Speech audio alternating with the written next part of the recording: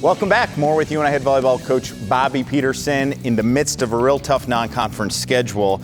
You graduated Piper Thomas, and talk about who has stepped up to fill her role. It's hard to replace the conference player of the year, but who are you looking to lean on to try and fill what she brought?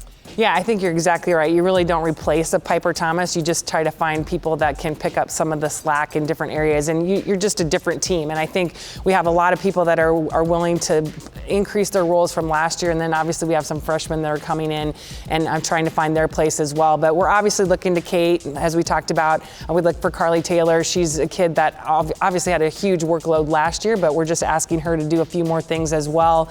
Inga has tremendously picked up her role from last year in the middle, so she's done a great job. So I think everybody just has to pick up a little bit when you look at trying to replace a Piper Thomas, for sure. How about Kendall Sorge, a four-year starter at that libero position? And I know you have some good options, but still trying to find out. Yeah, I think, whenever you have like Kendall and Piper that have been playing for 4 years, you just don't understand really what they've been bringing. You do, but you don't, and when you have that consistency for that many years. So I think right now we do have people that are very capable. It's just trying to figure out who's the right person at the right time. I think this might be a year where different people have different strengths, so we might use liberos differently depending on who we're playing and what the needs are.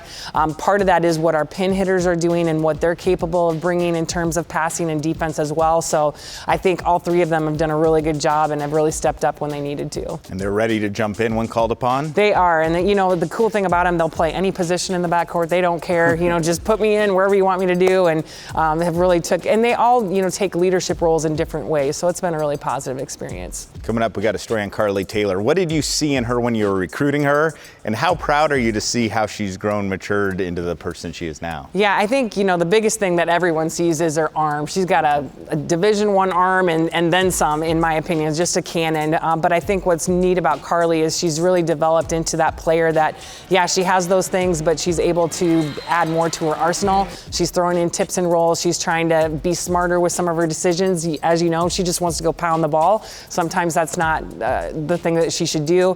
But also passing. She's passing in all rotations for us when we need her to. She's one of our best defensive players, so she's just grown her all-around game, which has been a lot of fun to see. Here's that story on Carly Taylor.